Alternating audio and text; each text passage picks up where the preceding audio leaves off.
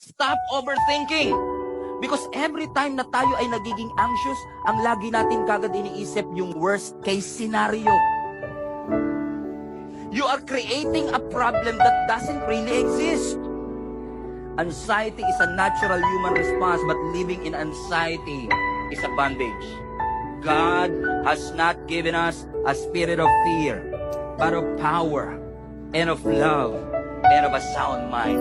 God's will for you is not a sick mind, but a sound mind.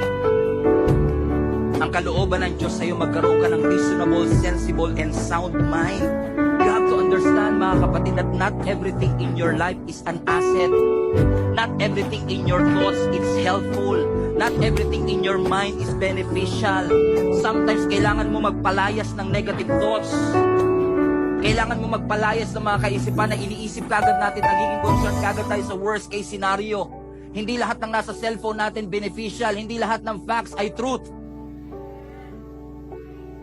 So we have to have that sound mind, reasonable, para malaman natin ano ang dapat itapon, ano ang dapat i-consume.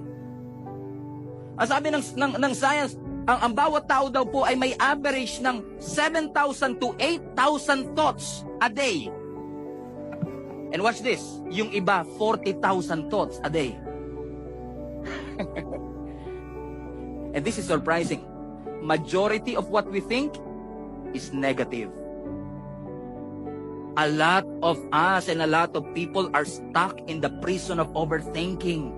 Hanggang ngayon, nakapreso ka pa din, nakakulong ka pa rin. Hindi mo magawa ang pinapagawa ng Panginoon, hindi lang dahil takot ka, kundi dahil nag-overthink ka sa mga pwedeng mangyari sa future. Paano kung hindi niya ako tanggapin? Paano kung ma-reject ako? Paano kung hindi ko ito magawa? Paano kung malugi? Hindi ka pa nagsisimula ng negosyo, iniisip mo na kagad pagkalugi. Hindi mo pa siya sinasagot, ang iniisip mo na kagad hiwalay.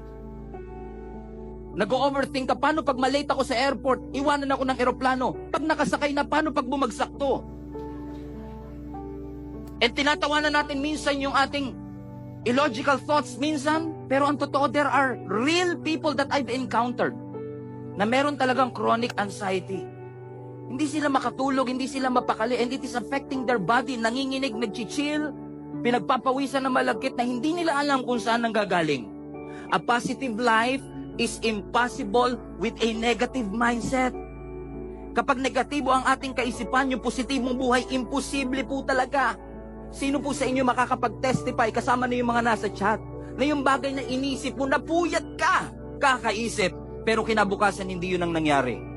Because I have to check out ang lahat ng mga outputs, ang lahat ng mga kakahinatnan nito. At kakaisip natin ang kakahinatnan, hindi ka na nakapagsimula ng negosyo, hindi ka na nakapag-aral, hindi mo na nakuha yung course na gusto mong kuhanin, hindi ka na nakapag-serve in the first place.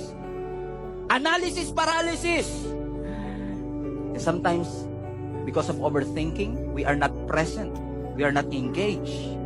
You cannot read the room because of your internal monologue. May sariling drama sa iyong kaisipan na hindi naman real life. Nagdadrive ka lang sa NLEX, ang iniisip mo na kagad, nako, huwag kang tatabi sa truck na yan. Mapipipi tayo dyan. Babagsak yung troso na yan. Madadaganan tayo.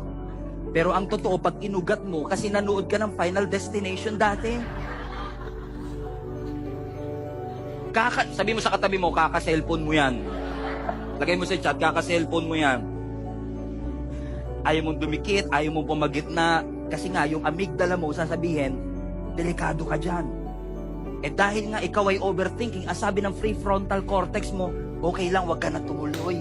Isipin mo mangyayari sa'yo. Pag nabagsakan ka niya, mawawalan ka ng pamilya, kawawa naman yung mga anak mo. Yung mga anak mo, lalaking walang mga magulang, hindi sila makakapag-aral, hindi sila magkakaroon ng magandang kinabukasan, mamamatay silang walang magulang.